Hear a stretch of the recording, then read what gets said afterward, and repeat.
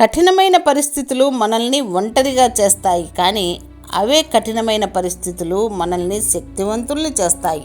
తమ మీద తమకు విశ్వాసం ఉన్నవారు బలవంతులు, సందేహాలతో సతమతమయ్యేవారే బలహీనులు. తెలుసుకోవడం కాదు, ఆచరించడం ముఖ్యం. మంచి కోరడం కాదు, మంచి చేయడం ముఖ్యం.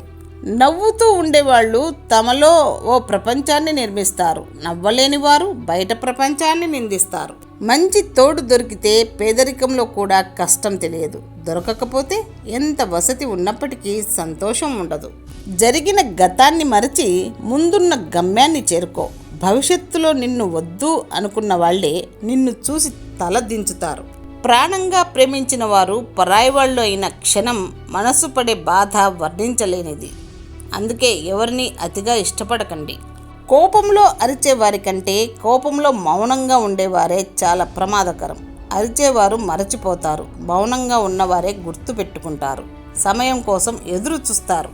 నీ ప్రతిబింబం స్పష్టత నీవు చూసే అద్దం మీద ఆధారపడి ఉంటుంది.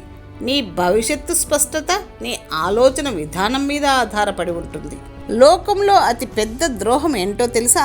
ఒకరిపై అబద్ధపు ప్రేమను చూపి అదే నిజమైన ప్రేమ అని నమ్మించి మోసం చేయడం. ప్రతి ఒక్కరూ నిన్ను ఇష్టపడుతుంటే నీలో ఏదో అతి పెద్ద సమస్య ఉందని గుర్తించు. నింద వేయడం సులభమే, మోసేవారికే తెలుసు దాని బరువు. మాట జారడం సులభమే, కానీ ఆ మాట పడిన వారికే తెలుసు దాని నొప్పి. కట్టె కాలి బూడిదైన మాట మండుతూనే ఉంటుంది. కనుకనే ఆలోచించి ఆచి తూచి మాట్లాడండి. ఈ రోజుల్లో ఏ బంధము గొప్పది కాదు. మనతో అవసరాలు ఉన్నంతవరకే బంధాలైనా బంధుత్వాలైనా. అవసరం తీరిపోతే ఏ బంధమైనా భారమే. ఉద్యోగాన్ని బట్టి ప్రతిభని, సంపాదనను బట్టి తెలివిని, మార్కులను బట్టి చదువుని, అవసరాన్ని బట్టి స్నేహాన్ని అంచనా వేయడం హేయం. దొరికిన దానితో సంతృప్తి పడడం, ప్రతి క్షణం చురుగ్గా ఉండడం, విశ్వాసం కలిగి ఉండడం వంటివి కుక్కను చూసి నేర్చుకోవాలి. చిటికెన వేలు చూడడానికి చిన్నదే కావచ్చు, కానీ దాన్ని పట్టుకోవడం కోసం చేసే యుద్ధమే చాలా గొప్పది. నువ్వు కొట్టాలని డిసైడ్ అయ్యాక నీ దెబ్బ బలంగా ఉండాల్సిన అవసరం లేదు. నువ్వు కూడా కొట్టగలవని నీ శత్రువుకు తెలిస్తే చాలు, నువ్వు సగం గెలిచినట్లే. భయం అనేది ఎప్పుడూ నీ చావుకి కారణం కాకూడదు.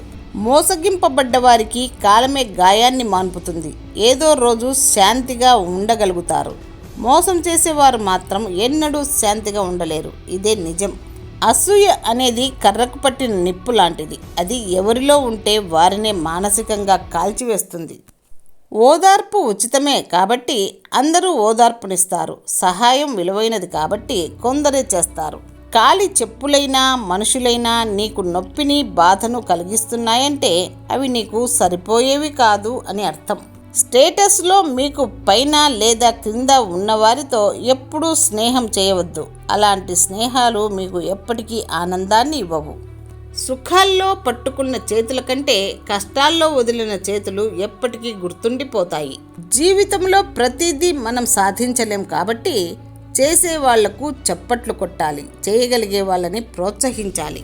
పానకంలో మునిగిన గరిటెకు తీపి తెలియనట్లే జ్ఞానుల మధ్య ఉన్నా గాని మూర్ఖుడు ఏమీ నేర్చుకోడు. మహావృక్షం కూడా మౌనంగానే ఎదుగుతుంది.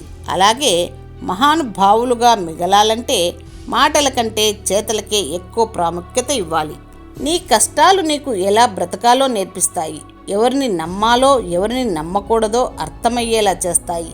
అందుకే కష్టాలు వచ్చినప్పుడు నేర్చుకోవడానికి ప్రయత్నించు, కానీ పారిపోవడానికి ప్రయత్నించకు. ఉన్నవాడైనా లేనివాడైనా భార్య భర్తతో ఉండటమే గౌరవం.